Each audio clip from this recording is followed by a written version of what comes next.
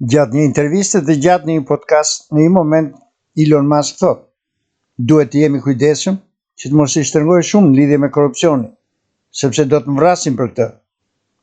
Kur këtë deklaratë e bën njeriu më i pasur në botë, paktën zyrtarisht, dhe njeriu më i pushtetshëm pas presidentit, i cili ka frikë të gërmojë thellë nivelin e korrupsionit në Shtetet e Bashkuara, kjo tregon se diçka shumë e rëndësishme po ndodh. Direkt pas asaj interviste, filloi sheri Musk-Trump, i cili nuk është qetësuar akoma.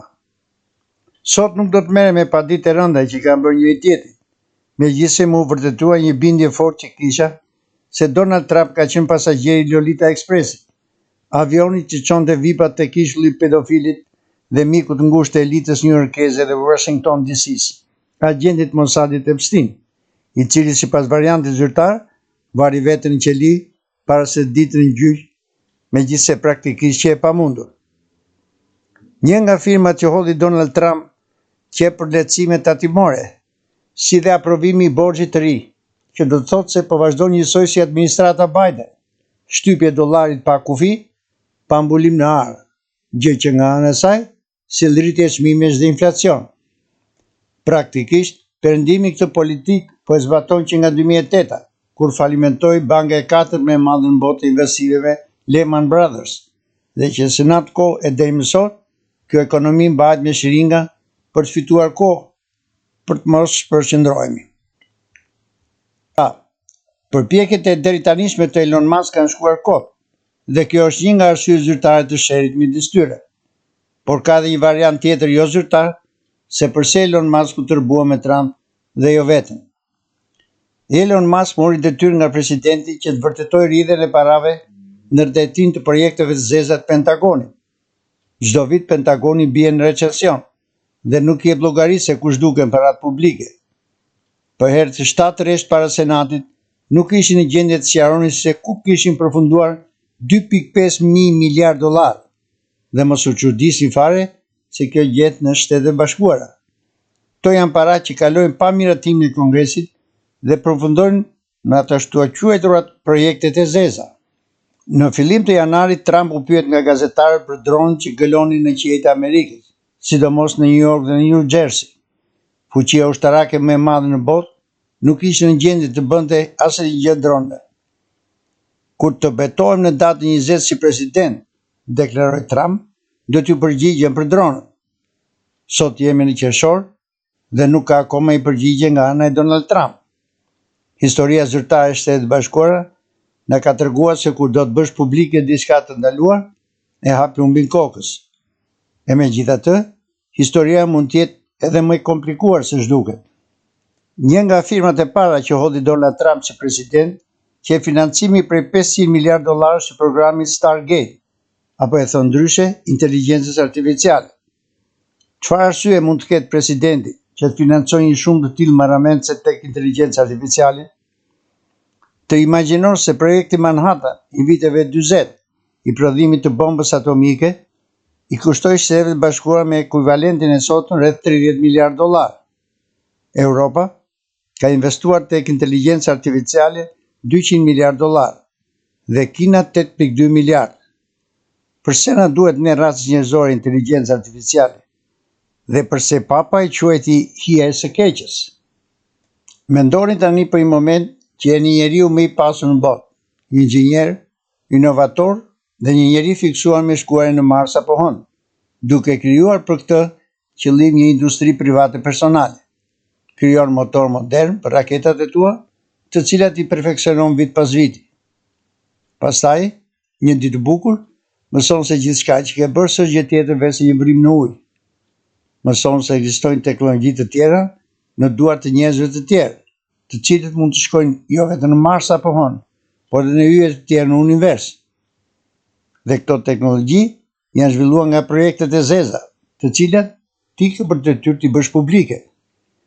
Çfarë thot inxhinieri amerikan dhe drejtori i përgjithshëm i Lockheed Skunk Works, Ben Rich, nga 1975 dhe 1991? Kemi mjete fluturuese që fluturojnë në shkretirën e Nevadës, që janë 50 vjet përpara asaj që ju mund të mendoni. Çfarë shikonin tek Star Trek, ne kemi realizuar. Si mund të ndjehet Elon Musk për këtë? Çuditërisht, Elon Musk ka deklaruar se nuk beson te jashtë toksor, po nuk pa ndonjë trup dhe nuk beson te teknologjia antigravitacionale. Mua personalisht më duke jashtëzakonisht naiv. Si mund të reagojë Elon Musk kur mëson se të gjithë përpjekjet e tij kanë shkuar dëm dhe se ekziston një teknologji shumë e përparuar se ajo që ka përdorur ai, e cila është zhvilluar me para që kanë anashkaluar Kongresin. Ai ka dy rrugë, ose të hesht, ose të realizohet vevrasjen klasike tek pllaka e dushit. Ka edhe një detaj të vogël për të cilin flet Elon Musk. Përveç SpaceX-it, Musk ka zhvilluar platforma private të inteligjencës artificiale, që quhen XIA apo Grok. Po sikur Elon Musk të ketë mësuar për inteligjencën artificiale, të njëjtën gjë që mësoi edhe për SpaceX-i, pra dikush tjetër shumë më përpara.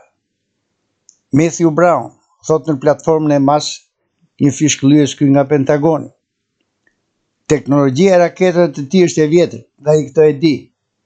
Ati i treguan disa teknologji UFO nga projekti marsopial. Elon Musk e tradhtuan bashkëpunëtorët e gënjeshtër dhe miqtë e rem.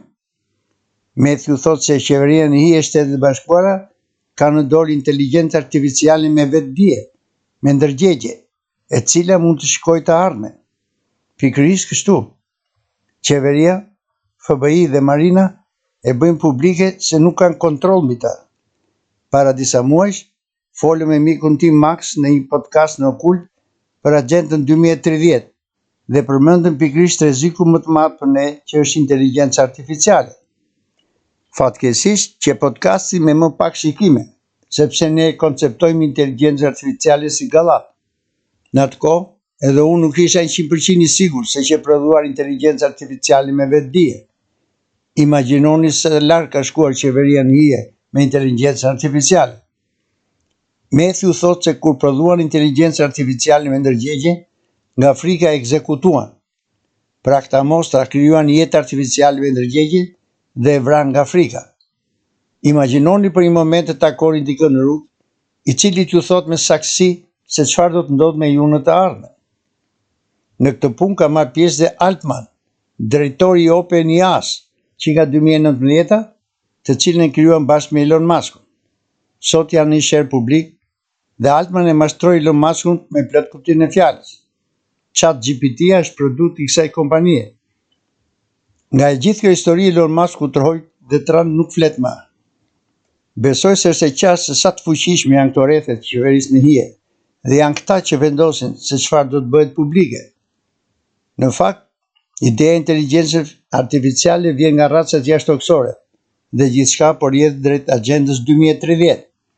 Inteligjenca artificiale po zhvillohet me një shpejtësi të tillë që te kalon aftësitë mendore të racës sonë, ndërkohë që paralelisht kemi dhe agjendën e Forumit Ekonomik të Davosit, krizat pafundme, inflacion, kushtet e egla atmosferike, rregulla të reja shoqërore dhe në fund një qeveri botërore, ushtri botërore dhe para digjitale. Me këtë agjendë përplas Elon Musk. Natyrisht që kur u pulsua nga Donald Trump, nuk e kishte idenë dhe arriti deri aty sa të përqeshte zyrtarisht këto ide.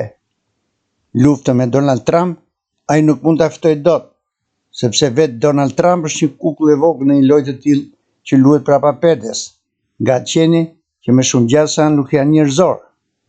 Nëse nuk e hedh vallën sipas muzikës tyre, ata të eliminojnë. Deri tek emisioni i radhës, tung.